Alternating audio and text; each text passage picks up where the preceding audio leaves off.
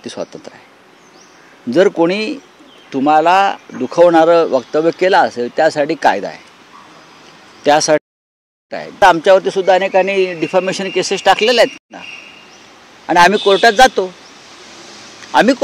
की आमच्यावरती मानहानिकारक काही वक्तव्याबद्दल लिखाणाबद्दल आमच्यावरती गुन्हे दाखल असतात, संपादक म्हणून देते म्हणून आम्ही जातो। आता जर कोणी थर्ड डिग्री द्यायच्या गोष्टी करत असतील एखादा मंत्री, याचा अर्थ या महाराष्ट्रात तालिबानी राज्य सुरू आहे। तुम्ही हिंदू राष्ट्र म्हणता पण इस्लामी राष्ट्राप्रमाणे तुम्ही शिक्षा देताय। मग तसं असेल तर इस्लामी कायद्यानुसार गद्दारांना कोणती शिक्षा देतात माहिती आहे का? हे तुम्ही अफगाणिस्तान आणि इराणमध्ये जाऊन बघा।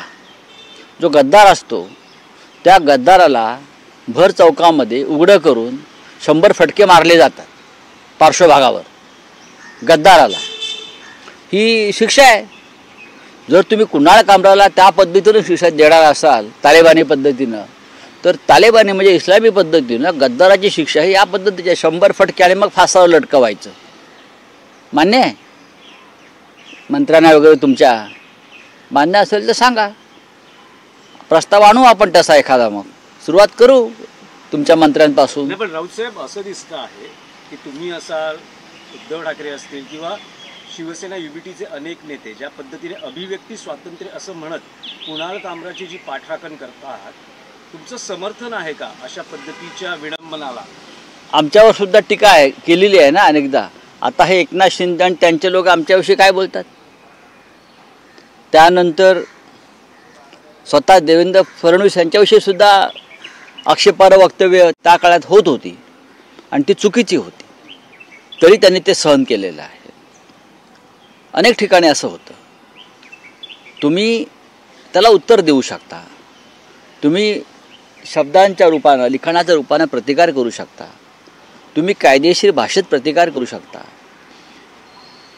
पूर्व आयुष्यामध्ये आमच्याकडनं या चुका झालेल्या आहेत, पण आता आम्हाला असं वाटतं की कायद्याचं राज्य जर टिकवायचं असेल महाराष्ट्रामध्ये तर आपण अभिव्यक्ती स्वातंत्र्याचा जो नियम आहे तो पाळला पाहिजे।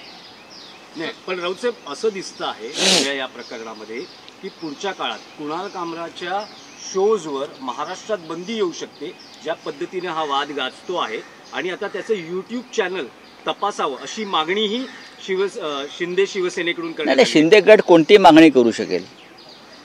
शिंदे गटाला मागणी करायला काहीच जात नाही ना। ते रेड्याचं दूध काढू शकतात, ते बैलाचंही दूध काढू शकतात।